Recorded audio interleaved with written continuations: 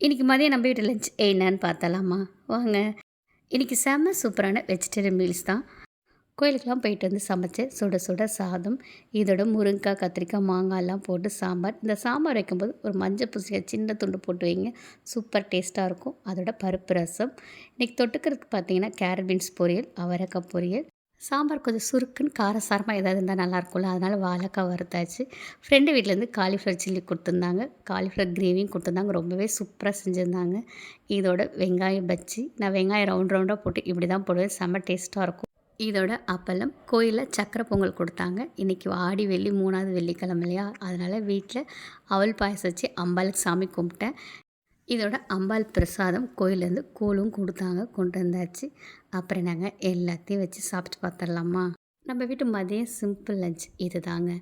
இந்த வீடியோ பிடிச்சிதான் மறக்காமல் பாப்பிஸ் கிச்சனுக்கு லைக்கை மட்டும் தட்டிடுங்க. Thank you, bye bye. செம்ம டேஸ்ட்டுங்க.